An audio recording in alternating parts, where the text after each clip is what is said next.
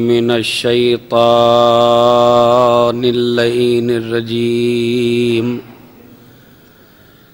بسم اللہ الرحمن الرحیم الحمدللہ رب العالمین الصلاة والسلام علی اشرف الانبیاء والمرسلین شفیع المذنبین الذی بعثہ رحمتا للعالمین سیدنا و مولانا و مولا الثقلین محبوب رب المشرقین والمغربین جد الحسن والحسین ابی القاسم محمد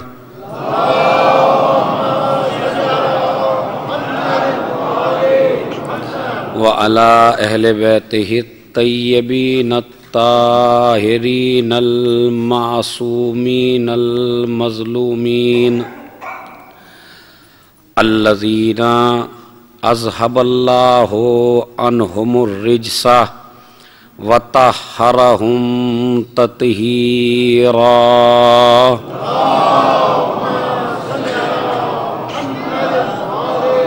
ولعنۃ اللہ علی اعدائہم اجمعین من یومنا ھذا الی قیام یوم الدین اما بعد قال اللہ تعالی وتبارک فی کتابہ الکریم وہو اصدق القائلین وقولہ الحق بسم اللہ الرحمن الرحیم والعصر ان الانسان لفی خسر الا الذین آمنوا وعملوا الصالحات وتواصوا بالحق وتواصوا بالصبر صلوات بھیج دیں محمد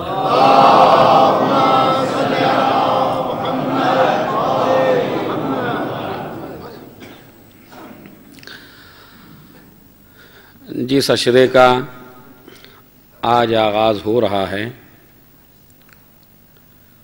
اس کی مناسبت اسلام کے پہلے عزادار سے ہے،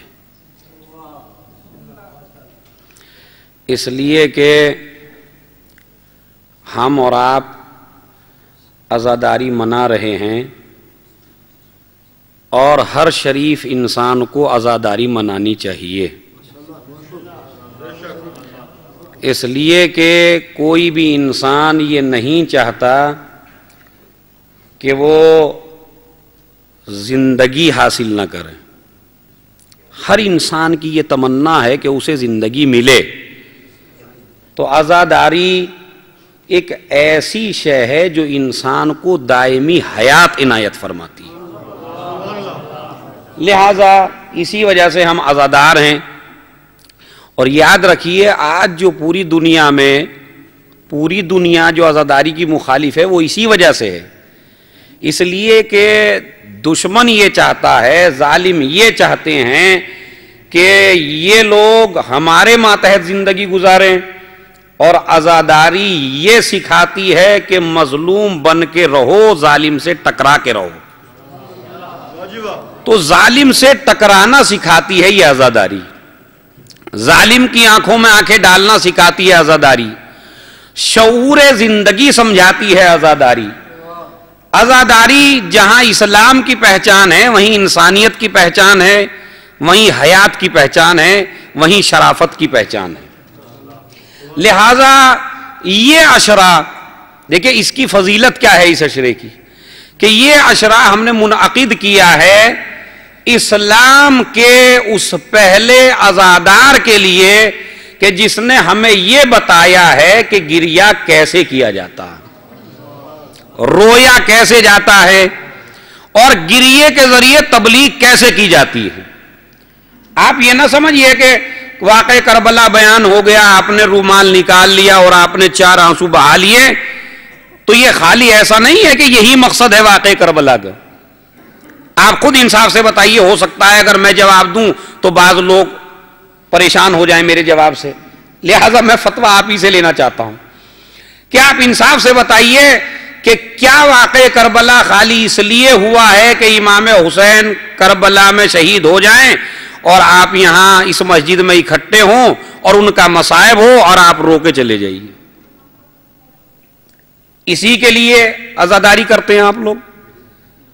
ہاں دیکھیں، اگر میں کہوں گا تو کہیں گے پتہ نہیں انہیں کیا ہو گیا، لیکن آپ خود بتائیے گا انصاف سے کہ اگر امام حسین علیہ السلام کی شہادت کا خالی مقصد یہ ہے کہ میں شہید ہو جاؤں اور پوری زندگی لوگ میرے اوپر روتے رہیں، تو یہ کام تو ہر انسان کر سکتا ہے. کر سکتا ہے یا نہیں کر سکتا ہے؟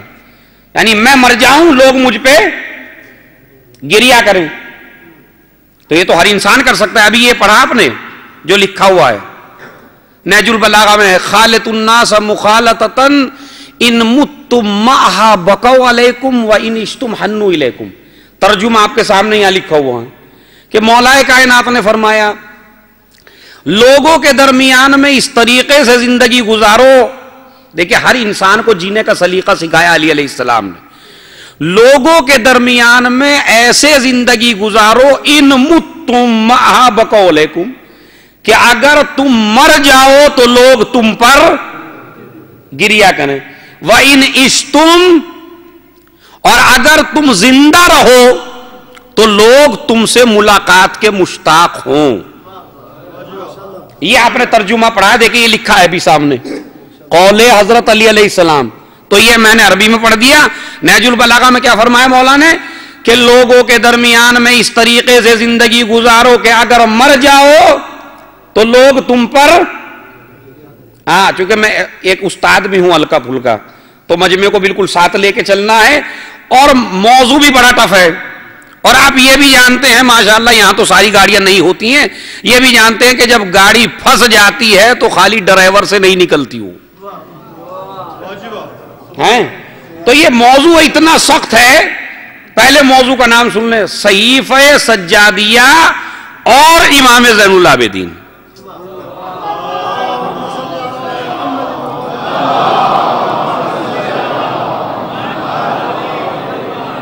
اور پوری انشاءاللہ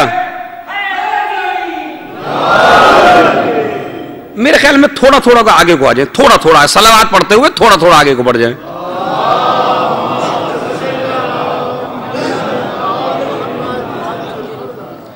تو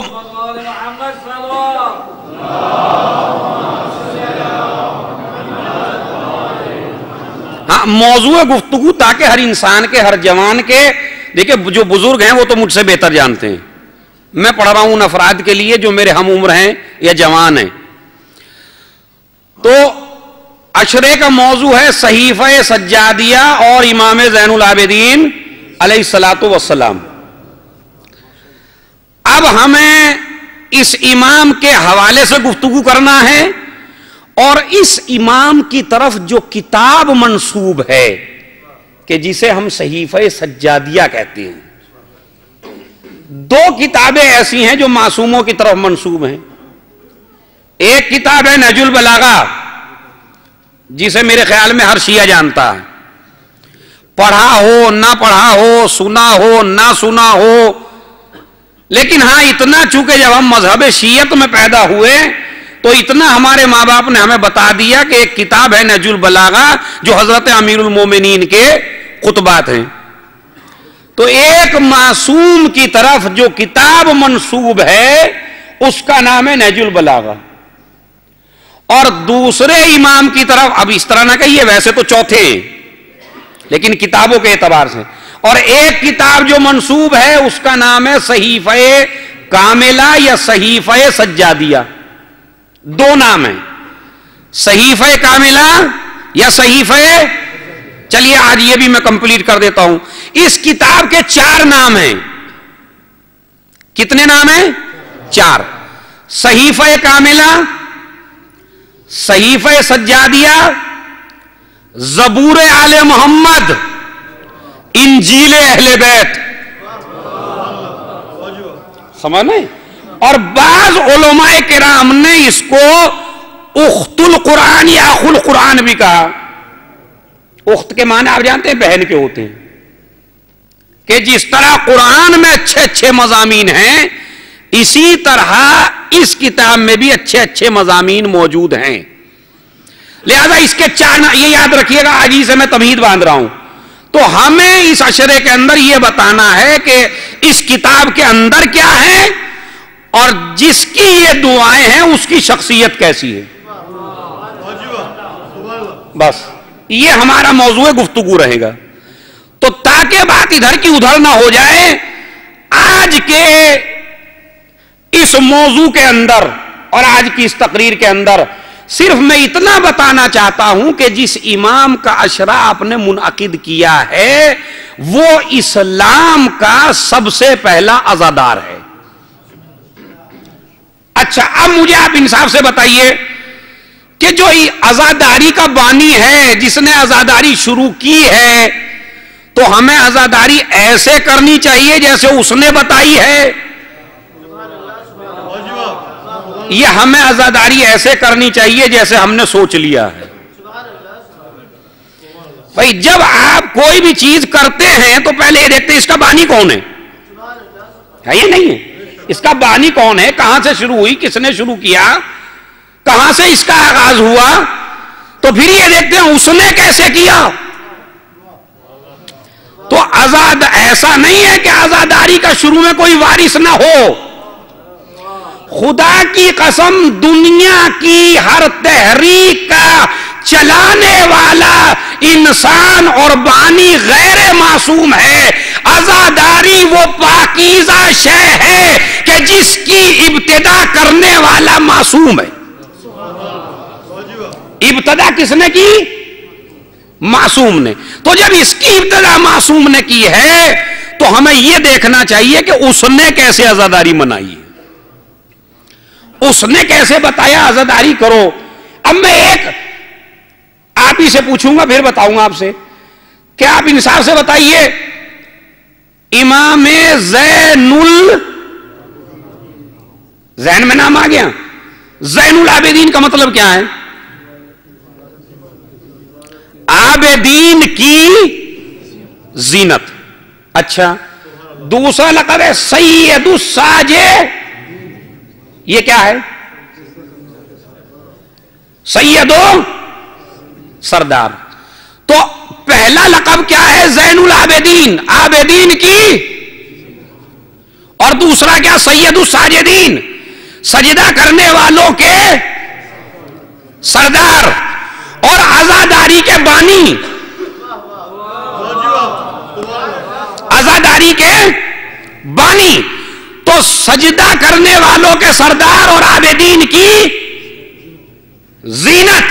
تو اس کا مطلب یہ ہے کہ جو اسلام کا بانی تھا اس کے لیے جو دو لقب اختیار کیے گئے, ایک لقب رکھا گیا زین العابدین, عابدین کی زینت. اب اگر یہ فخر سے کہہ سکتے ہو کہ چوتھے امام کو امام مانتے ہیں تو پھر تمہیں عابدین کی فہرست میں آنا پڑے گا. بھائی زین العابدین کی, اے مولا آپ تو زین العابدین ہے لیکن میں کیوں عبادت کروں؟ یہ کمال ہے.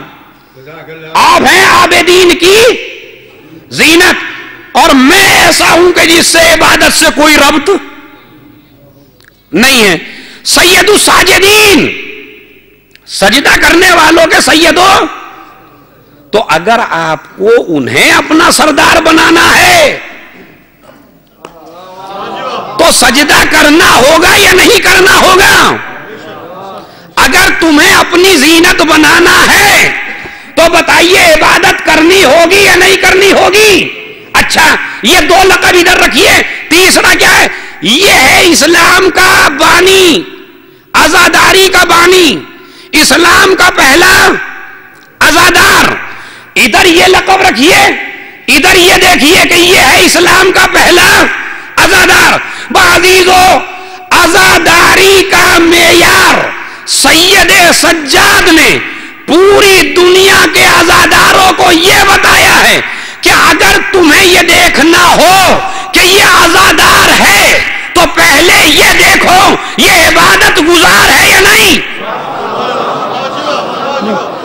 اگر تمہیں یہ دیکھنا ہے کہ یہ عبادت گزار ہے تو پہلے یہ دیکھو یہ عزادار ہے یا نہیں. نہیں، دونوں جملے ایک نہیں ہیں. سید الساجدین، زین العابدین، عابدین کی زینت، سجدہ کرنے والوں کے سردار، اور یہ ہے اسلام کے عزاداری کے بانی. تو اب میں جملہ اس طرح کہہ سکتا ہوں کہ سید سجاد نے پوری دنیا کے لیے عزاداروں کا ایک معیار بتایا کہ میرے بابا کے ماتمداروں کو، عزاداروں کو اگر پہچاننا ہے تو یہ دیکھ لینا عبادت گزار ہے یا نہیں. اور اگر کسی کو یہ دیکھنا ہے کہ ان کی عبادت قبول ہے یا نہیں تو یہ دیکھ لینا یہ عزادار ہے یا نہیں. صلوات بھیج محمد اور آل محمد پر.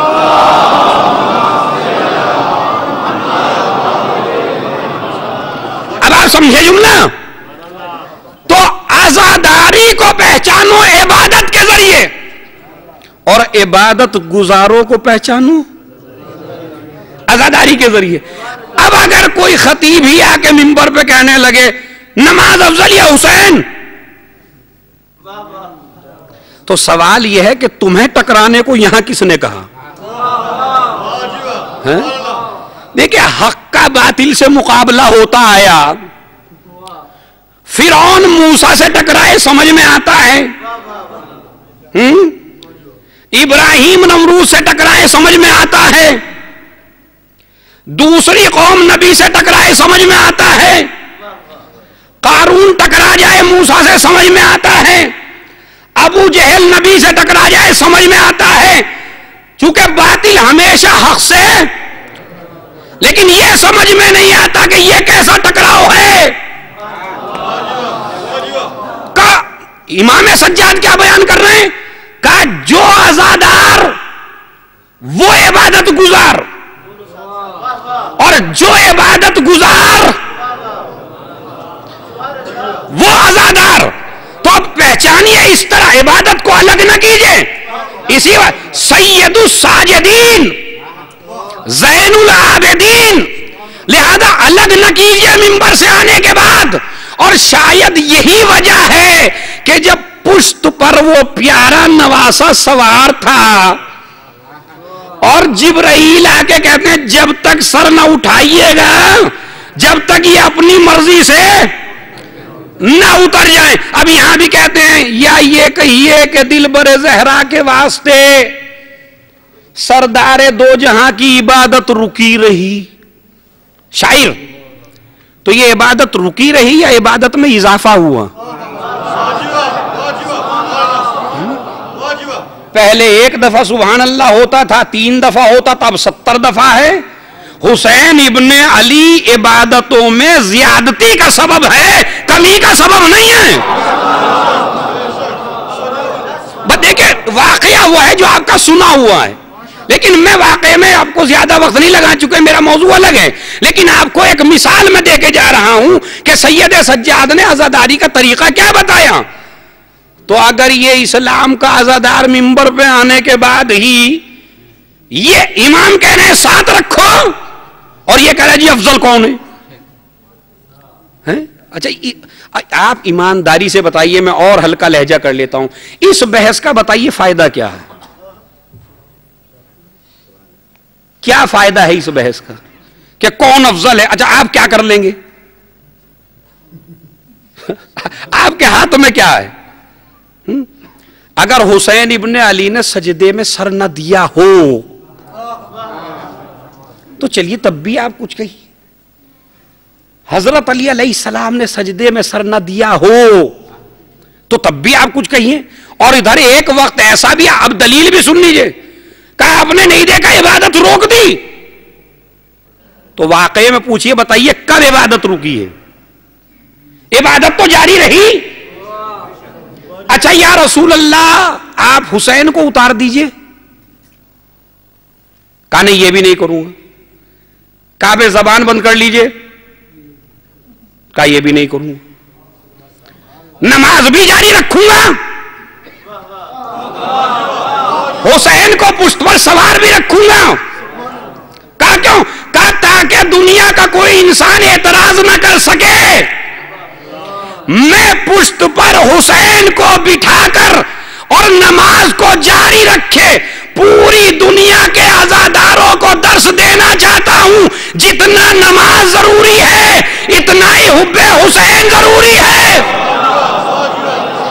اور جتنا حب حسین ضروری ہے اتنا ہی نماز ضروری ہے. اب جب یہ دونوں ضروری ہیں تو چاہے مسجد نبوی میں جا کے پڑھ لیجئے، چاہے کعبے میں جا کے پڑھ لیجئے، چاہے امامہ لگا کے پڑھ لیجئے، چاہے دنیا کا کوئی بھی عظیم لباس پہن کے پڑھ لیجئے، اس وقت تک نماز قابل قبول نہیں ہوگی جب تک دل میں حب حسین کا چراغ نہ جل رہا ہو.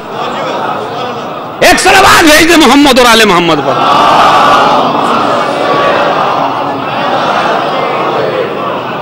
تو پھر میں آپ کو ادھر لے جانا چاہتا ہوں.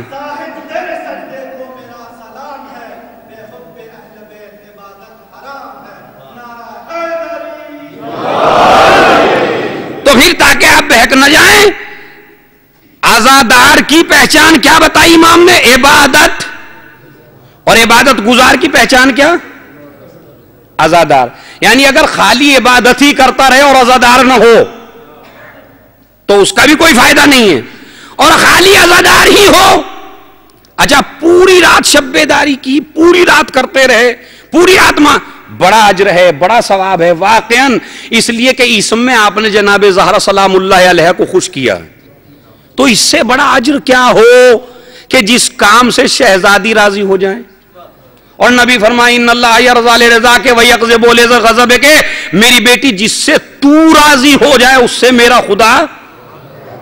تو عزاداری وہ چیز ہے جس سے روح زہرا شاد ہوتی ہے، سمجھ رہے ہیں آپ. لیکن اسی کے ساتھ ساتھ جب صبح کی نماز کا وقت آئے تو عزادار کو سونا نہیں چاہیے.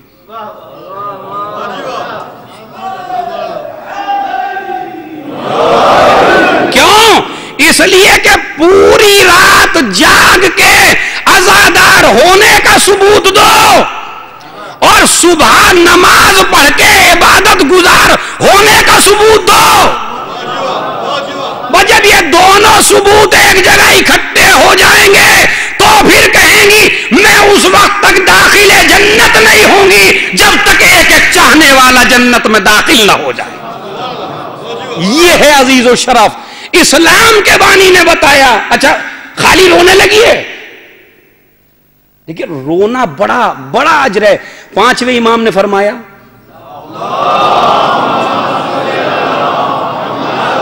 اب سنیے کیا فرمایا، لو انا قطرة من هذا الدم على نار جہنم لأطفأت حرها. ہو سکتا ہے پاکستان ہندوستان میں ترجمے کی ضرورت ہوتی ہے، آپ تو ماشاءاللہ عربی کے ماہر ہیں یہاں پہ. لو وقعت قطرة من هذا الدم، اگر آنسو کا ایک قطرہ جہنم پہ ڈال دیا جائے، لأطفأت حرها، تو اس کے اندر اتنی طاقت ہے کہ آگ کی ساری گرمی کو ختم کر سکتا. کس کی حدیث ہے؟ چونکہ مجھے اس طرح خطاب نہیں کرنا آپ کے بیچ میں، مجھے ایک درس دینا ہے، اس لیے کہ یہ درس گاہیں ہیں. مجلس ایک درس گاہ ہے. مجلس میں ایسے علوم آپ کو پتہ چل جاتے ہیں جو دنیا میں کسی جگہ بھی جا کے آپ کو پتہ. تو یہ درس گاہیں ہیں، اس سے درس لے کے جائیے. اور ایسی بھی اجی کیسی مجلس ہوئی؟ کہا جی دھواں دھار ہوتی ہے نا، دھواں. اچھا بڑی اچھی ہوئی. کیا لے کے آئے وہاں سے؟ بھئی یہ نہ پوچھو وہاں کیا ہو رہا تھا، بس سب ہاتھ اٹھا رہے تھے، میں نے بھی ہاتھ اٹھا دیا. نہیں، دھواں دھار کے چکر میں نہ رہیے، یہ درس گاہ ہے تو اس سے درس لے کے جائیے. اب یہ حدیث ہر عزادار کے یاد ہونی چاہیے. کیا فرمایا پانچویں امام نے؟ اگر اس ایک آنسو کا ایک قطرہ جہنم پر ڈال دیا جائے تو جہنم کی آگ ٹھنڈی ہو جائے. اب آپ سمجھے ایک آنسو کی قیمت کیا ہے. اچھا جب ایک آنسو کی قیمت یہ ہے تو سارے آنسوؤں کی قیمت کیا ہوگی؟ اور جب اس آنکھ کے ایک قطرے کی قوت یہ ہے تو پھر صحیح عزادار کی قوت کیا ہوگی؟ اور جب عزادار کی قوت یہ ہے تو پھر یہ بتائیے کہ عزاداری کی قوت کیا ہوگی؟ اور جب عزاداری کی قوت یہ ہے تو پھر امام کی بتائیے قوت کیا ہوگی؟ اب سلسلہ ایسے ہی تو چلے گا نا، مگر شرط یہ ہے کہ یہ آنسو نکلے لیکن خلوص کے ساتھ، اعتقاد کے ساتھ، جو انہوں نے فرمایا اس بات کو مان کے۔ پھر وہی میں گریز دیتا ہوں آپ کو، جناب علی اصغر کے تیر لگا، آپ ایمانداری سے بتائیے پوری فوج روئی یا نہیں روئی؟ ہاں تھوڑی سی کڑوی بات ہے، میں سمجھا کے کہنا چاہتا ہوں، جب تیر چلا رہا تھا تو آپ نے مصائب میں سنا ہے نہیں کہ پورا کا پورا لشکر رو رہا تھا؟ رویا تو جنتی ہے؟ نہیں، یہ ایسی سامنے کی بات ہے بالکل۔ وہ روئے مظلومیت کو دیکھ کے یا نہیں تو جنتی ہے؟ نہیں، آنسو تو بہائے۔ تو اس کا دیکھیں، میں جو حدیث پڑھ رہا ہوں کہ ایک قطرہ اگر ڈال دیا جائے وہ کون سا ہے؟ دیکھیں، جب تک عزادار عبادت گزار نہ بنے تو دیکھیں وہ تھے، رو رہے تھے مظلومیت کو دیکھ کر، لیکن وہ کامیاب۔ اچھا خطبہ دیا جناب زینب کبریٰ نے کوفے میں، تو بتائیے کون نہیں رویا؟ کہا نہیں، اس رونے کا کوئی فائدہ نہیں ہے جب تک امام کی محبت پر عمل نہ ہو۔ یہ رو ضرور رہے تھے، اگر صحیح معنی میں روتے تو باطل کو چھوڑ کر حق کی طرف حور کی طرح آ جاتے۔ نہیں عزیزو، حق کی طرف حور کی طرح آ جاتے۔ نہیں، یہ رونا فائدے مند نہیں ہے۔ اگر باطل پر رہ کے روتے رہے تو زندگی بھر روتے رہیے، کوئی فائدہ نہیں۔ لیکن اگر حق پہ آ کے روئے تو چاہے چند لمحہ ہی ساتھ رہے، اب حر کو حر نہیں کہیں گے، حر علیہ السلام ہے یا نہیں؟ تو عزیزو، رونا وہ فائدے مند ہے کہ جس میں ہم اس بات پہ عمل کریں جس پہ اہل بیت ہم سے چاہتے ہیں۔ اسی امام نے جس کا اشراف نے شروع کیا، اس نے کیا فرمایا کہ قیامت کے دن ہر انسان سے 4 چیزوں کے بارے میں سوال کیا جائے گا۔ یاد رکھیے گا، جس پہ کاپی ہو، ڈائری ہو، قلم ہو، وہ لکھ سکتا ہے، ورنہ اپنے دل پہ لکھیے گا۔ 4 چیزوں کے بارے میں ہر انسان سے سوال کیا جائے گا۔ ان عمرہ فیما افنا، پہلا سوال ہوگا عمر کے بارے میں۔ بتاؤ، ہم نے تمہیں زندگی دی تھی، اس زندگی کو تم نے گزارا کیسے؟ کہیں باطل کا ساتھ دے کے تو نہیں گزارا، کہیں باطل کے پیچھے چل کے تو نہیں گزارا، کہیں امام کے دشمنوں کی فکروں پہ عمل تو نہیں کیا، اس طرح گزارا جس طرح ہم نے کہا تھا۔ اچھا، مالک ہے، سوال کرے گا یا نہیں کرے گا؟ اگر آپ کسی کو صبح سے شام تک 1 مہینے کی پگار دیتے ہیں تو پوچھتے ہیں نہیں کتنا کیا یا نہیں کیا؟ تو اس پہ کیوں منہ چڑھتا ہے کہ جس نے ساری زندگی دی؟ اب اسے پوچھنے کا حق ہے یا نہیں؟ ہم نے دی تھی، کہاں گزاری؟ کہیں ایسا تو نہیں کہ دی ہم نے تھی، گزاری کہیں اور؟ پہلا سوال کون سا امام کہتا ہے؟ چوتھا امام جس کا یہ اشرا، عمر کے بارے میں کہاں گزاری؟ وَعَنْ شَبَابِهِ، اب یہ تمہارے بارے میں جوانوں، وَعَنْ شَبَابِهِ فِيمَا أَبْلَاهُ، جوان سے سوال ہوگا یہ جوانی کہاں گزار کے آیا۔ عزیز، بڑا سخت سوال ہے۔ کس سے سوال ہوگا؟ پہلا سوال سب سے، کہاں عمر گزاری۔ دوسرا سوال خصوصاً جوان سے، اچھا بوڑھے سے کیوں نہیں؟ سوچتے ہیں نا، بوڑھے سے کیوں نہیں؟ نہیں، ہمارا تو دور یہ ہے کہ جب تک دیکھیں جوان کا جو لفظ رکھا ان شباب ہی، جوان سے سوال ہوگا کہ تم نے اپنی جوانی کو کہاں گزارا؟ اس لیے کہ پروردگار یہ کہتا ہے کہ اگر ہمیں خالی عبادت ہی کرانی ہوتی، سجدے ہی کرانے ہوتے، رکوع ہی کرانا ہوتا، عبادت ہی کرانی ہوتی، تو اتنے بڑے بڑے پیدا کر رکھے ہیں، جو سجدے میں ہے وہ سجدے سے سر نہیں اٹھاتا، جو رکوع میں ہے وہ قیام میں نہیں جاتا، جو قیام میں ہے وہ سجدے میں نہیں جاتا، جو جس کو جہاں لگا دیا وہیں پہ عبادت کر رہا ہے۔ نہیں، اس کی عبادت واقعاً قابل فخر ہے، لیکن ہم ایسا انسان چاہتے ہیں کہ جسے باطل اپنی طرف کھینچ رہا ہو، حق اپنی طرف کھینچ رہا ہو، اسے عقل بھی دے دی، باطل کی طرف جائے گا تو یہ ملے گا، حق کی طرف جائے گا تو تجھے یہ ملے گا۔ تو فرشتوں کو کوئی بہکانے والا نہیں ہے۔ جوان کو کبھی جذبات بہکاتے ہیں، کبھی خواہش بہکاتی ہے، کبھی شیطان بہکاتا ہے، کبھی دوست بہکاتا ہے، لہذا ہم یہ چاہتے ہیں کہ جب اسے سب اپنی طرف کھینچ رہے ہو تو یہ رات کا وقت جوانی کے عالم میں ہماری بارگاہ میں لا کے رکھ دے،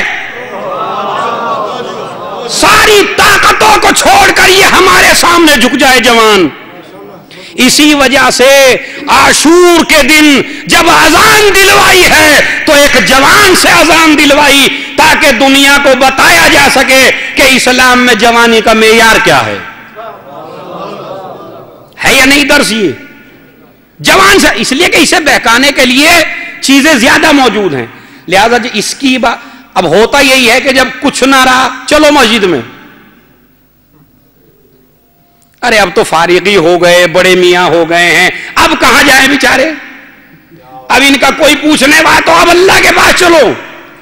نہیں، یہ عبادت ہے، ہم قبول کریں گے، ہم کریم ہیں، کریں گے سب کی قبول، لیکن ایک ایسا ہے جو جوانی کے عالم میں نہ بہکا ہو۔ لہذا جوان سے سوال ہوگا جوانی کہاں گزاری؟ اور اب تیسرا سوال وَعَنْ مَالِهِ، امام زین العابدین فرماتے ہیں وَعَنْ مَالِهِ، تیسرا سوال ہوگا مال کے بارے میں۔ اچھا، مال کے بارے میں دو سوال ہیں، بڑا عجیب و غریب ہے، کہتے ہیں امام کے کلمات واقعاً امام ہی پہچان سکتی ہیں، یہ تو تھوڑا بہت درس ہے جو ہمیں مل جاتا ہے۔ کیا لفظ رکھا؟ وَعَنْ مَالِهِ، مال کے بارے میں سوال ہوگا، کیا؟ من این اکتسبتہ، پہلا سوال مال کے بارے میں ہے یہ کہاں سے لایا؟ ماشاءاللہ آپ کی تو نوکری ہے، سب کی پاک و پاکیزہ ہے، اور اللہ عزادار کو پاکیزہ ہی کھلائے، اور یہ سب سے بڑا ثبوت ہے کہ جس کے دل میں حب عزاداری ہوتی ہے وہ غلط نہیں کھاتا، پاکیزہ ہی کھاتا۔ من این اکتسبتہ، کہاں سے حاصل کیا؟ اچھا، یہ نہیں ہے کہ کیوں حاصل کیا، نہیں، آخری آدمی تک توجہ چاہتا ہوں، امام نے یہ نہیں کہا کہ مال کے بارے میں یہ سوال ہوگا کیوں حاصل کیا، تو پھر دنیا کا وہی اعتراض آ جاتا اسلام اقتصاد کا دشمن ہے، اسلام ہر انسان کو فقیر بنانا چاہتا ہے، اسلام ہر انسان کے ہاتھ میں ایک برتن دے دینا چاہتا ہے، جاؤ سب کے سامنے بھیک مانگو۔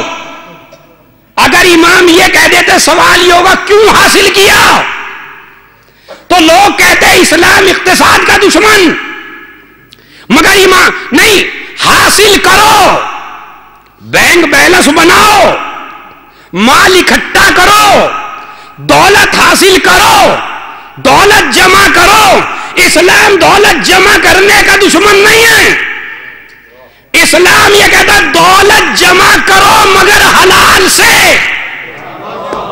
نہیں عزیزوں، میری بات نہیں پہنچی، اقتصاد کا دشمن نہیں ہے، تمہیں غریب نہیں بنانا چاہتا، تمہیں فقیر نہیں بنانا چاہتا، دولت حاصل کرو مگر پاک و پاکیزہ۔ اگر ہم دولت کے دشمن ہوتے تو کبھی مال خدیجہ کو اپنا مال نہ کہتے۔ نہیں عزیزوں، میں نے ایک نقطہ آپ کو دے دیا، آپ نے توجہ نہیں کی، اسلام اقتصاد کا دشمن نہیں ہے، اسلام یہ نہیں کہتا مال کرو جمع، خوب اکٹھا کرو، لیکن حلال کا ہو. اور جب حلال کا ہو، دیکھیں آج مال کو حلال رکھنا بڑا آسان ہے. روایت موجود، آیت موجود، قرآن موجود، نبی کی حدیثیں موجود، پیغمبر کا کردار موجود، علماء موجود، مفتی موجود، پڑھے لکھے موجود، ہزاروں روایات موجود. آج مال کا پاکیزہ رکھنا بڑا آسان ہے. لیکن کروڑوں سلام ہوں عظمت خدیجہ کے اوپر، نہ قرآن نازل ہوا، نہ زیادہ روایات آئی، نہ ابھی تک نبی نے زیادہ بتایا، لیکن اتنا پاکیزہ رکھا، اتنا پاکیزہ رکھا کہ خدا کہتا ہے اے میرے پیغمبر، جب ہم نے آپ کو تندرست پایا تو ہم نے مال خدیجہ کے ذریعے غنی بنایا. ہزاروں انسان ہیں جو دولت اکٹھی کریں گے، مگر خدیجہ تو نے اتنا پاکیزہ دولت اکٹھا کی کہ تیری دولت کو خدا اپنی دولت کہہ رہا. اب آپ سمجھیں،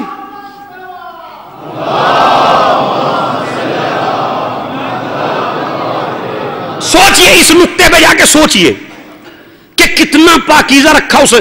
تو اسلام یہ نہیں کہتا کیوں نہیں کرو مگر حلال. اچھا پہلا سوال کیا ہے؟ کہاں سے حاصل کیا؟ دوسرا سوال مال کے بارے میں، وَفِيمَا أَنْفَقَهُ، کہاں خرچ کیا؟ چلیے حاصل تو کر لیا تھا، لیکن دوسری ڈیوٹی کیا ہے؟ جب خرچ کرو تو دیکھ کے کرو، کہاں کر رہے ہو. یہ امانت ہے. اس طرح مال امانت، اسی طرح اولاد امانت. مال کے بارے میں سوال ہوگا، اولاد کے بارے میں بھی. ہم نے تمہیں 4 بیٹے دیے تھے، تو بتاؤ انہیں ہماری راہ پہ لگا کے آئے یا نہیں آئے؟ خوش نہ ہوئیے گا 4 ہو گئے 6 ہو گئے، فخر کریں ہاں ہو گئے 4 ہو گئے 5، مگر انہیں صحیح راستے پہ. یہ امانت ہے تمہارے ہاتھ میں. اچھا اگر کوئی کہے نہیں جی میرے بیٹے ہیں، امانت کیوں ہے؟ اگر امانت نہیں ہے تو آپ گلا گھونٹ کے دکھائیے ایک کا، گھونٹ دیجئے ایک کا گلا. 4 ہیں، آپ ایک کا دبا دیجئے ایسے. یہ حرام ہے یا نہیں ہے؟ کیوں؟ ارے میرا مال ہے، میں کہیں بھی خرچ کروں، میری اولاد ہے، میں کس طرح؟ کہا نہیں، تمہارے گھر میں ضرور ہے مگر امانت ہماری ہے. تو بیٹے پیدا ہوں گے، پروردگار سب کو دے، جو بے اولاد ہیں انہیں اور زیادہ دے اسی عشرے کی برکت سے. لیکن سوال ہوگا، چونکہ یہ امانت ہے، کہاں خرچ کیا تم نے؟ اور اب چوتھا سوال 4 چیزوں کے بارے میں ہوگا نا، عمر کے بارے میں، جوانی کے بارے میں، مال کے بارے میں، اور پھر وہاں فرماتے ہیں چوتھا وَأَنْ حُبِّنَا أَهْلَ الْبَيْتِ. چوتھا سوال ہوگا ہم اہل بیت کی محبت کے بارے میں. اچھا پہلے عمر کے بارے میں سوال کر لیا، دوسرا سوال جوانی کے بارے میں کر لیا، تیسرا سوال مال کے بارے میں، چوتھا سوال ہے آخری سوال ہے محبت کے بارے میں. یہ آخر میں کیوں رکھا؟ کہا ہو سکتا ہے عمر صحیح گزار لی ہو، مال صحیح سے اکٹھا کر لیا ہو، صحیح جگہ خرچ بھی کر دیا ہو، جوانی میں خوب سجدے بھی کیے ہوں، تو کہیں 3 چیزیں حاصل کرنے کے بعد فخر نہ کرنے لگے. اب ہم پوچھیں گے ہماری محبت کے بارے میں سوال ہوگا، یعنی آخری سوال اس وجہ سے اگر چوتھا نہیں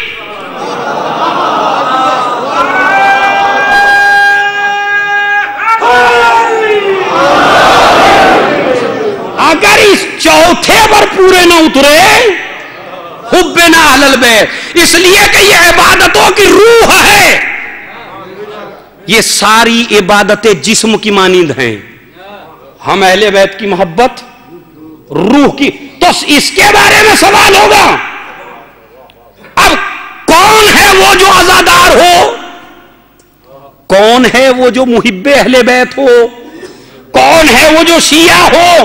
بس اب یہاں سے اب یہ تمہید کی منزل تھی آج کی ساری کہ عزادار عبادت گزار. اسلام کے بانی کا پیغام کیا ہے؟ عبادت گزار بھی بنو اور عزادار بھی. اسی وجہ سے چوتھا سوال ہے اہل بیت کی محبت کے بارے میں. اب میں یہاں سے اس اشرے کو شروع کرنا چاہتا ہوں. بسم اللہ الرحمن الرحیم. تمام تعریفیں یا شروع کرتا ہوں بسم اللہ الرحمن. یہ جو بے ہے نا، یہ عربی گرامر کو آپ جانتے ہیں، اصل میں اسم کے معنی ہے نام. بے اسم اللہ، اللہ کے نام سے. اچھا یہ بتائیے اس میں یہ کہاں سے آیا کہ میں شروع کرتا ہوں؟ آج آپ کی بسم اللہ ٹھیک ہوگی. کیا ہے؟ بے اسم اللہ، اللہ کے نام سے. یہی تو ہے جو رحمان بھی ہے. اور تو یہ کہاں سے ہر قرآن کے ترجمے ہے؟ میں شروع کرتا ہوں اللہ کے نام سے. ہے کہیں؟ بھیا یہ پاکستان ہندوستان میں سمجھانا بڑا مشکل ہے، لیکن ماشاءاللہ آپ تو عربی ملک میں ہیں، عربی جانتے ہیں. کہتے ہیں بے اسم فلاں، فلاں کے نام سے. یہاں گئے بے اسم اللہ، اللہ کے. تو یہ میں کہاں سے آ گیا یہاں؟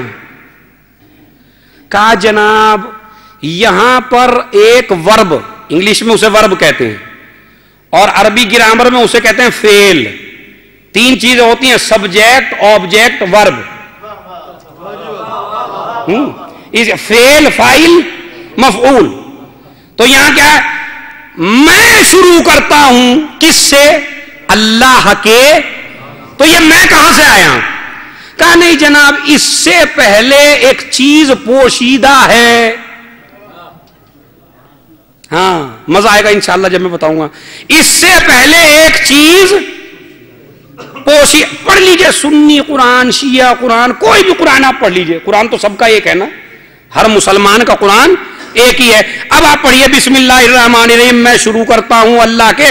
کہا اس سے پہلے اشرع ہو یا ابتدع ہو، میں ابتدا کرتا ہوں، میں شروع کرتا ہوں. تو یہ ہے تو نہیں قرآن میں؟ کہا نہیں. کہاں ہے؟ کہا پوشیدہ ہے. اے پروردگار اسے ظاہری کر دیتا. بھائی جہاں اتنی بڑی بسم اللہ میں اتنے لفظ رکھ دیے، وہاں پہ یہ بھی کہہ دیتا میں شروع کرتا ہوں. کہا نہیں، میں قرآن مجید ہی کے ذریعے پوری دنیا کو غیب کا عادی بنانا چاہتا ہوں کہ جب تک اسم اللہ سے پہلے ایک ورب کو پوشیدہ نہ مانو تو بسم اللہ کا ترجمہ مکمل نہیں ہو سکتا. اور اسی وجہ سے اسے ہر سورے میں رکھا، اور اگر کسی میں نہیں رکھا تو دوسرے میں ڈبل رکھا تاکہ بسم اللہ کے بغیر قرآن میں کوئی سورہ نہ رہے.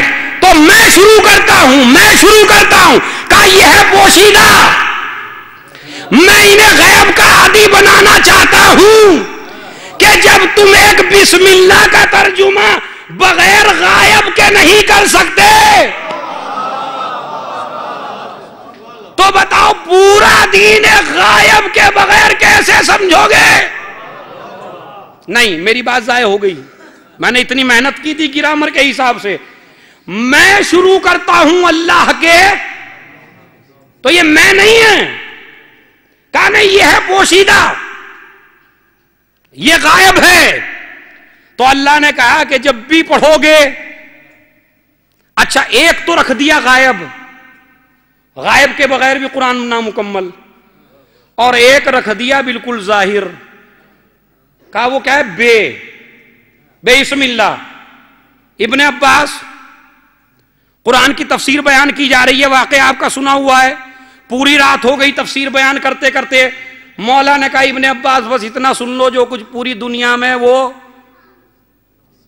پورے قرآن میں، جو کچھ پورے قرآن میں وہ الحمد میں، جو کچھ الحمد میں وہ بسم اللہ میں، جو کچھ بسم اللہ میں وہ بائے وَأَنَا نُقْطَةُ الَّتِي تَحْتَ الْبَابِ، میں وہ نقطہ ہوں جو بے کے واقعہ سنا ہوا یا نہیں؟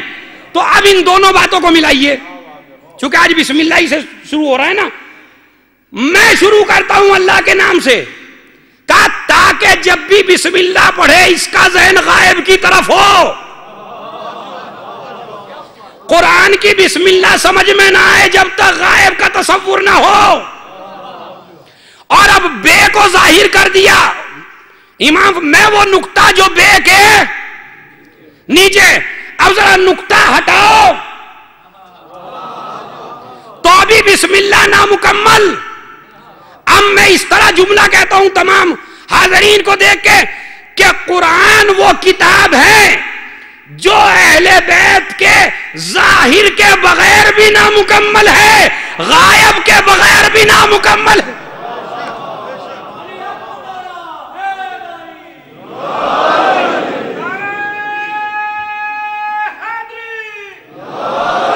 اب سنیے آگے، بسم اللہ، اللہ کے،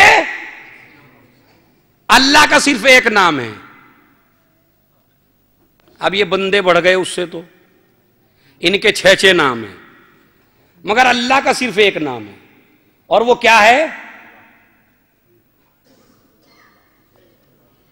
ارے بھائی، پوری مخلوق کو اللہ کا نام تو پتا ہونا ہی چاہیے، تو وہ ہے اللہ۔ صرف اللہ کا ایک نام ہے اور وہ ہے اللہ۔ جتنی بھی چیزیں ہیں، رازق ہے، حی ہے، متکلم ہے، زندگی دینے والا ہے، غفار ہے، ستار ہے، قہار ہے، جبار ہے، حنان ہے، منان ہے، دیان، یہ ساری کی ساری کیا ہیں اس کی، مگر نام ہے اس کا ایک جس میں سارے صفات جمع ہیں۔ اس کے بعد الرحمن جو رحمان ہے، الرحیم جو، دیکھیں عشرہ شروع ہو رہا ہے، چونکہ امام کی زندگی کا مقصد ہوتا ہے خسارے سے بچانا، گھاٹے سے بچانا۔ امام سجاد کا بھی مقصد وہی ہے، پوری دنیا کو دعاؤں کے ذریعے گھاٹے سے بچاؤ۔ الرحمن جو رحمان ہے، چونکہ جمعرات بھی ہے، رحمان اور رحیم میں کیا فرق ہے؟ اب میں بڑی آسانی سے سمجھاتا ہوں آپ کو۔ رحمان یعنی وہ رحمت کہ جو عام ہو، وہ رحمت جو عام ہو۔ رزق دینا رحمت، رحمت ہے یا نہیں؟ کافر کو بھی ملے گا، منافق کو بھی ملے گا، عزت دار کو بھی ملے گا، بے عزت کو بھی ملے گا، فرعون کو بھی ملے گا، موسیٰ کو بھی ملے گا، نمرود کو بھی دیں گے، ابراہیم کو بھی دیں گے۔ لہذا جو رحمت عام، بارش برستی ہے سب کے اوپر برسے گی، زندگی رحمت سب کو دی، پیدا کرنا رحمت سب کو کیا، رزق دینا رحمت سب کو دیا یا نہیں؟ تو یہ ہے رحمت، اس کا مطلب ہے رحمان، یعنی تیری رحمت عام ہے۔ رحیم وہ رحمت جو خاص ہو۔ اب اس طرح سمجھیے، خدا رحمان ہے دنیا میں اور رحیم ہے آخرت میں۔ دیکھیں پھر انشاءاللہ زندگی میں کبھی سمجھنے کی ضرورت نہیں آئے گی آپ کو، ایسا میں سمجھا دوں آج ہی۔ رحمان دونوں لفظ رحمت سے نکلے، دونوں لفظ رحمت سے۔ رحمان بہت زیادہ مہربان، رحمان کا مطلب ہے بہت زیادہ مہربان، بہت زیادہ مہربان یعنی اس کی رحمت عام ہے، دشمنوں کو بھی، دوستوں کو بھی، کلمہ پڑھنے والوں کو بھی، نہ کلمہ پڑھنے والوں کو بھی، فرعون جیسے کو بھی۔ لیکن آپ انصاف سے بتائیے کہ یہ جو رحمت عام ہے سب کو مل رہی ہے، تو کیا اس کا مطلب یہ ہے کہ جب یہ کافروں کو دے رہا ہے تو کیا کافروں سے راضی ہے؟ بہت بڑا اعتراض کا جواب حل ہونے والا اس جملے میں. تو کیا راضی ہے فرعون سے؟ کیا راضی ہے نمرود سے؟ کیا راضی ہے ابو؟ مگر رزق دیا یا نہیں؟ چونکہ رحمان ہے، سب کو ملے گا، چاہے مانتا ہو چاہے نہ مانتا ہو. دینے کا مطلب یہ نہیں ہے کہ ان سے راضی ہے. نہیں عزیزو، جس طرح اللہ جب دشمن کو دیتا ہے تو اس کا مطلب یہ نہیں ہوتا کہ دشمن سے راضی ہے. اسی طرح اللہ نے کچھ بندے ایسے پیدا کیے کہ جن میں اللہ کے صفات پائے جاتے ہیں. جس طرح جب وہ دنیا میں دیتا ہے تو سب کو دیتا ہے، اسی طرح اہل بیت جب کرم کرتے ہیں تو دشمن پہ بھی کرتے ہیں، دوست پہ بھی کرتے ہیں. جس طرح وہاں دینے کا مطلب راضی ہونا نہیں، اسی طرح علی کی مدد کرنا نہیں. اگر علی کہیں جا کے مدد فرمائیں تو یہ نہ کہیے کہ راضی تھے. نہیں، اب بھی نہیں سمجھے. نہیں، جس طرح اس کا کرم عام ہے اسی طرح ان کا کرم عام ہے. جس طرح وہ دوست اور دشمن نہیں دیکھتا اسی طرح وہ خدا کے بندے ایسے ہیں کہ جو ہر ایک کی حاجت قبول کرتے ہیں، سب کی مت. تو راضی نہیں، تو یہ رحمان ہے دنیا میں بھی آخرت میں بھی. جو رحمت عام ہو، خاص نہ ہو کسی سے. اسی وجہ سے آپ نے ابھی کیا پڑھا، پڑھ کے آئے ہوں گے، اللہم انی اسألک برحمتک التی وسعت کل. اللہم انی اسألک، اے پالنے والے میں سوال کرتا ہوں، کہاں سے؟ برحمتک التی، تیری اس رحمت کی وجہ سے، وسعت کل شیء، کہ جس نے ہر چیز کو گھیر لیا ہے. یہی تو ہے دعائے کمیل. آج تو ایک بیماری اور بڑھ گئی شیعوں میں، دعائے کمیل نہ پڑھا کرو. اچھا کیا پڑھیں؟ حدیث قصہ یہ پڑھا کرو. کہیں بھی حدیث قصہ ضعیف ہے، دعائے کمیل پڑھا کرو. اچھا یہ دونوں ہی اپنے نہیں ہیں، ایک کا زور حدیث قصہ پر، ایک کا زور ہو رہا ہے یا نہیں ہو رہا ہے؟ آپ تو مجھ سے بہتر جائیں. ارے کیوں پڑھی جائے، ہر جگہ ہی پڑھی جائے. اسے پڑھیے اسے نہ پڑھیے. ہم یہ کہتے دونوں کو پڑھیے. ہم نہیں، شریعت معصوم، دونوں کو پڑھیے. فرق کیا ہے دونوں میں؟ بس ایک جملے میں فرق ہے. دونوں میں فرق یہ ہے کہ حدیث قصہ وہ شے ہے کہ جس میں اللہ کی طرف سے کچھ بندوں کا تعارف ہے.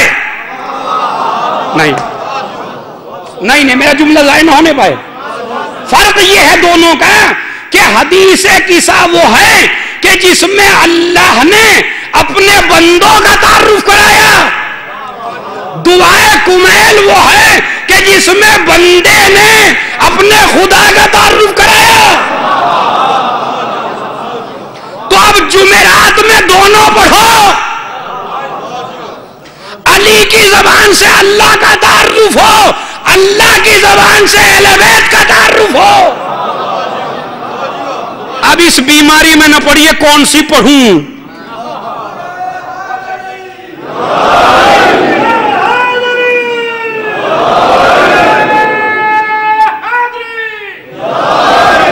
ویسے آپ کے لیے ماشاءاللہ میں کافی مواد لے کے آیا ہوں خود اسی امام کے حوالے سے. انشاءاللہ اگر اسی طرح آپ آتے رہے تو خوب انشاءاللہ درس آپ کو ملے گا، جتنی بار میری کوشش ہوگی.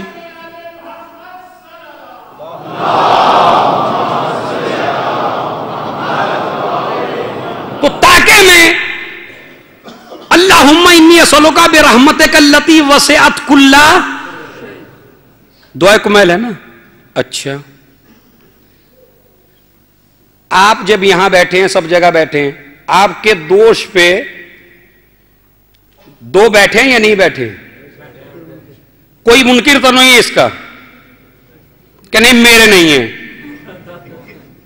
نہیں میرے خیال سبھی کے ہیں. تو سب اسی وجہ سے السلام علینا نماز میں کیا کہتے ہیں آپ؟ اور ہم پر بھی جب سلام اینڈ کرتے ہیں بھائی السلام علیکم ایھا النبی ورحمۃ اللہ وبرکاتہ، السلام علیکم، اور اخیر میں تو ایک سلام ہے جو علینا ہم پر ہو، تو تم تو ایک ہو،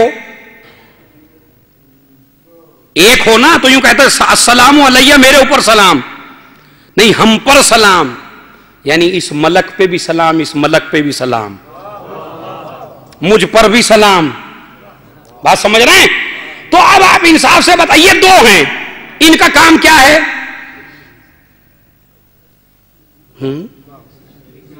ان کا کام کیا ہے؟ ہاں ماشاءاللہ، ان کا کام ہے سب لکھنے کا، چھوڑتے تو نہیں ہے کسی کو، سب کچھ لکھتے ہیں. دعائے کمیل میں کیا ہے؟ اب سنیے، یہ درس ہے میری طرف سے، میسیج لے کے جائیے. جب دعائے کمیل پڑھیں تو اس طرح سمجھ کے پڑھیں، وَكُلَّ سَيِّئَةٍ أَمَرْتَ بِإِثْبَاتِهَا الْكِرَامَ الْكَاتِبِينَ الَّذِينَ وَكَّلْتَهُمْ بِحِفْظِ مَا يَكُونُ مِنِّي وَجَعَلْتَهُمْ شُهُودًا عَلَيَّ مَعَ جَوَارِحِي وَكُنْتَ أَنْتَ الرَّقِيبَ عَلَيْهِمْ مِنْ وَرَائِهِمْ وَكُنْتَ أَنْتَ الرَّقِيبَ مِنْ وَرَائِهِمْ. کیا مطلب ہے؟ پروردگار میرے ان گناہوں کو بھی معاف کر دینا کہ جو تو نے فرشتوں کو لکھنے کا حکم دیا ہے. کل سیئات، ہر وہ گناہ امرتا تو نے حکم دیا ہے، بے اثبات الکرام الکاتبین. اچھا آپ کیا کہتے ہیں؟ شعراء کرام، علماء کرام، محبان کرام، یہی تو ہوتا ہے. اور یہاں دعائے کمیل میں الٹا ہے، ہونا چاہیے تھا کاتبین کرام، مگر یہ کیا ہے؟ کرامن.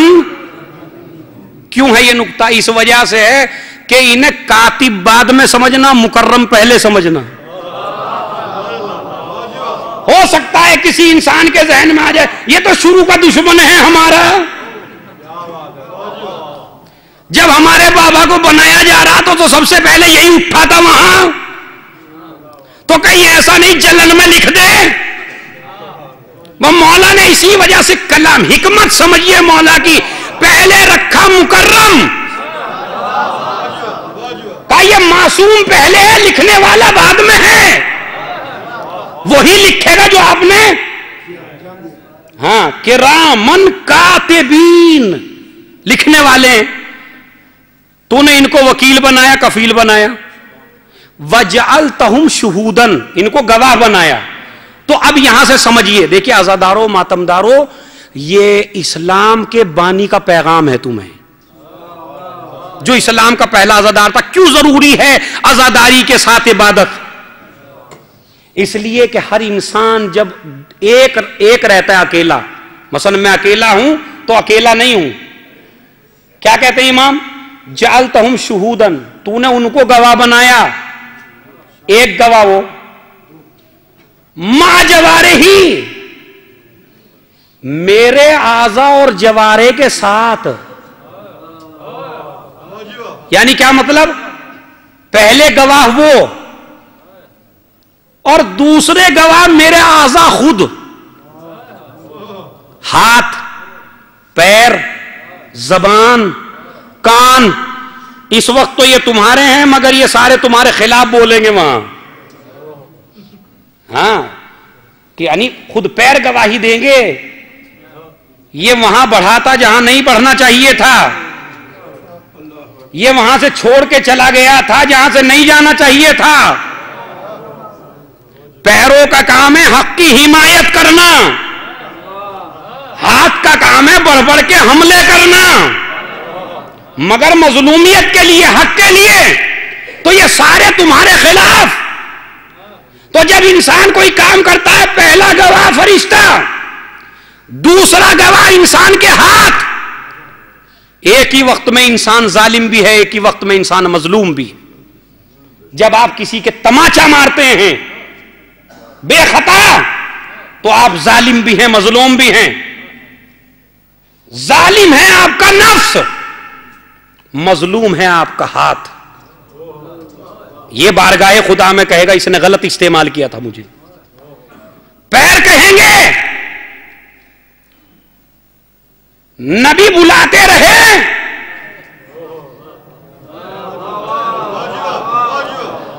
اس کا استعمال صحیح نہیں کیا تھا انہوں نے. پیر گواہی تو پہلا گواہ فرشتہ, دوسرا گواہ وَكُنْتَ أَنْتَ الرَّقِيبَ عَلَيَّ مِنْ وَرَائِهِمْ, اور تیسرا گواہ تو خود, یعنی تو ان کی بھی مراقبت کر رہا ہے. تو بتائیے ایک انسان جب کچھ کرتا ہے تو کیا اللہ دیکھتا ہے؟ اور قرآن میں کہا فَسَيَرَ اللَّهُ عَمَلَكُمْ وَرَسُولُهُ وَالْمُؤْمِنُونَ, تمہارے عمل کو اللہ دیکھتا ہے, رسول دیکھتا ہے, کچھ مومنین دیکھتے ہیں, یعنی اہل بیت اطہار. تو دیکھیں جب ایک انسان ایک عمل کرتا ہے اس کے عمل کو کتنی شخصیتیں دیکھتی ہیں. یہ اکیلا نہیں ہے. اب یہ مکرم کیوں ہیں؟ اس لیے کہ جب یہ بارگاہ خدا میں پہنچتے ہیں اور چہرے ان کے لٹکے ہوئے ہوتے ہیں تو خدا کہتا ہے کیا ہوا؟ جب اچھا عمل کرتا ہے خوش ہو کے جاتے ہیں, جب برا کرتا ہے چہرہ لٹکا کے جاتے ہیں. تو اب خدا پوچھتا ہے آج میرے بندے نے کیا کیا؟ تو یہ کہتے ہیں پروردگار تو ستار العیوب ہے, تو ہم کیوں تیرے بندے کا گناہ بتائیں. اور جب آتا ہے یہاں پر اور کوئی بندہ بیمار ہو, کوئی بندہ بیمار ہو, مصلی پہ نہ ہو, تو فرشتہ جا کے کہتا ہے معبود تیرا بندہ مصلی پہ نظر نہیں آیا. کہا ہاں وہ میری قید میں ہے, لیکن اسے وہی اجر لکھو. کریم کرم دیکھیے خدا کا. چونکہ آج جمعرات ہے, میں اس وجہ سے آپ کی توجہ دلانا چاہتا ہوں کہ کرم دیکھیے, میرا بندہ قید میں ہے میری. جتنا ثواب اس وقت لکھتے تھے جب یہ نماز پڑھتا تھا, اتنا ہی ثواب اب لکھو جب یہ بیمار ہے. جب تک اس کے اندر ہمت نہیں ہوتی تب تک اس میں مصلی پہ بیٹھنے کا ثواب لکھتے رہو. تو اب میں یہ کہنا چاہتا ہوں کہ معبود میرے ان گناہوں کو بھی معاف فرما کہ جو ان سے بھی مخفی ہیں. وَمَا خَفِيَ عَنْهُمْ, مولا کہتے ہیں وہ گناہ بھی معاف فرما جو ان سے بھی, دیکھ لیجئے گا اس میں دعائے کمیل میں جا کے, ان سے بھی مخفی ہیں.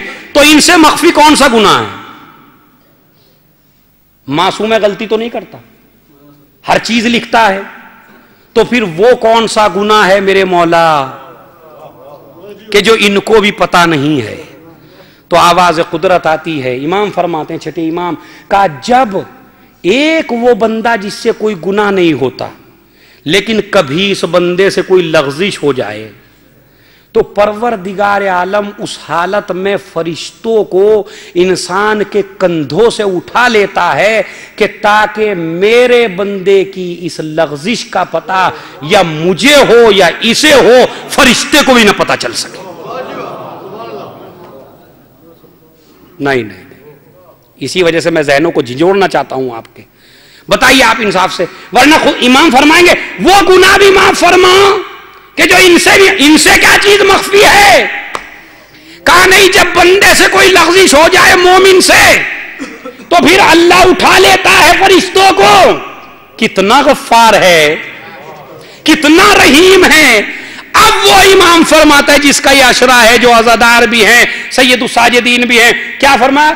الہی عاملنا بفضلک ولا تعاملنا بعدلک. پالنے والے میرا جب حساب کرنا تو اپنے فضل سے کام لینا.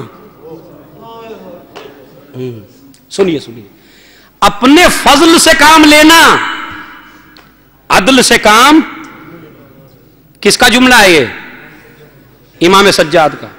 اپنے فضل سے کام لینا, عدل سے کام. کیوں معبود اگر تو اپنے عدل سے حساب لینے لگے تو کس کے اندر اتنی ہمت ہے کہ جو تیرے معیار پر پورا اتر جائے. مگر جب تو اپنے فضل سے کام لے گا تو ساری نمازوں کو قبول کر لینا, ساری مجلسوں کو قبول کر لینا, ساری عزاداری کو قبول کر لینا. معبود ہم نے اتنا کیا جتنا بس میں تھا, اس سے زیادہ نہیں کر سکتے تھے. انشاءاللہ کل کا موضوع پھر یہیں سے آگے بڑھے گا. رحمان رحیم, رحمت الہی کیا ہے. اور امام سجاد کا یہ جملہ یاد رکھیے, عدل سے کام نہ لینا خدا, فضل سے کام لینا. عزیزو, چونکہ وقت زیادہ ہو گیا ہے, یہ امام بڑا مظلوم ہے. بس ایک جملہ میں کہنا چاہتا ہوں مصائب کا, انشاءاللہ آپ خوب گریہ کریں گے. آپ یہ بتائیے کہ کتنے سال ہو گئے واقعہ کربلا کو, ہو گئے یا نہیں ہو گئے؟ لیکن آج جب آپ کے سامنے مصیبت بیان کی جاتی ہے تو آپ کی کیا حالت ہوتی ہے؟ دہاڑے مار کے روتے ہیں. عاشور کو کیفیت دیکھے ہی نزاداروں کی ہوتی ہے حالت, یہ نہیں ہوتی. کیا آپ نے آنکھ سے دیکھا ہے؟ خالی سنا ہی تو ہے. بس یہ ذہن میں آ جاتا ہے کہ جس طرح آج عاشور ہے اسی طرح وہاں عاشور تھا. بچے پیاسے تھے, آوازیں الاتش بلند تھی, کوئی پانی دینے والا نہ تھا, کوئی مدد کرنے والا نہ تھا. یہی تو آتا ہے ذہن میں. لیکن آپ انصاف سے بتائیے کہ جو اسلام کا پہلا عزادار تھا اس نے سارے منظر اپنی آنکھوں سے دیکھے. بس ایک منظر سن لیجئے, وہ منظر وہ ہے کہ جب امام حسین علیہ السلام رخصت اخیر کے لیے آئے تو کہا, بہن میرے عابد بیمار سے مجھے ملا دو. بہن آگے آگے ہے, بھائی پیچھے پیچھے ہے. ایک مرتبہ وہاں پہنچے کہ جہاں عابد بیمار غش کے عالم میں پڑے ہوئے تھے. پھپھی پہنچی, شانہ ہلایا, میرے لال اب تو اٹھ جا, ارے میرے شیر اب تو اٹھ جا, دیکھ کون آیا ہے. عزیزو, روایت کا لفظ ہے, چونکہ بے ہوش تھے, مصلحت تھی, نسل امامت کو بچانا تھا, وقتی طور پہ بیماری تھی. میرا مولا بیمار نہیں تھا, وقتی طور پہ بیمار تھے, مگر غش کے عالم میں ہے میرا مولا. تھوڑی تھوڑی آنکھوں کو کھولا, کیا دیکھا؟ ایک شخص ہے کہ جس کے بدن پر تیروں کے نشان ہیں, جس کے بدن پہ برچھیوں کے نشان ہیں, چہرے پر کسی کا خون لگا ہوا ہے, گردن جھکائے ہوئے سامنے کھڑا ہے. بس ایک جملہ کا, پھپھی اماں کیا بات ہے؟ کہا, میرے لال اب تو اٹھ جا. ارے باپ رخصت اخیر کے لیے آیا ہے. جیسے ہی باپ کو دیکھا, ایک سوال کیا جس کو برداشت نہ کر سکیں گے, اے پھپھی اماں, ارے کیا یہ میرے بابا ہیں؟ کہاں اکبر کہاں گئے, عباس کہاں گئے, اولو محمد کہاں گئے؟ اے میرے لال, ارے مردوں میں میرے اور آپ کے علاوہ کوئی نہیں بچا. جیسے ہی امام نے یہ بیان کیا, فوراً میرا امام کہتا ہے, پھپھی اماں مجھے سہارا دو. زینب نے سہارا دیا, تلوار پہ ہاتھ رکھا, اٹھانا چاہا, زینب نے ہاتھوں کو پکڑ لیا. ارے میرے لال, اس عالم میں کہاں جاؤ گے؟ حسین آگے بڑھے, بیٹے کی پشت پہ ہاتھ رکھا. میرے لال, تیرا جہاد ابھی شروع نہیں ہوا, تیرا جہاد شروع ہوگا شام غریبہ میں. ماں بہنوں کو برہنہ سر کون دیکھے گا؟ ساربان کون بنے گا؟ چادر چھنتی ہوئی کون دیکھے گا؟ کربلا سے کوفہ, کوفہ سے شام, میرے لال کون لے کے جائے گا؟ عزیزو, آپ تو یاد کرتے ہیں, عاشور میں فاقہ کرتے ہیں, جب شام کا وقت ہوتا ہے جوان آتے ہیں, آپ کے سامنے پانی رکھ دیتے ہیں. بڑے تھکے ہوئے ہو, 9 محرم گزاری ہے, بڑے تھکے ہوئے ہو, فاقے کیے ہیں, سب کو پانی مل جاتا ہے, بعد میں امام کو یاد کرتے ہو. مگر یہ وقت وہ ہے کہ کہ جس میں کہا میرے لال ارے ایک وصیت کرنا چاہتا ہوں. کہا بابا کیا وصیت ہے؟ کہا یہ وصیت ہے جب مدینے جانا میرے شیعوں کو میرا سلام کہہ دینا اور یہ کہنا کہ جب ٹھنڈا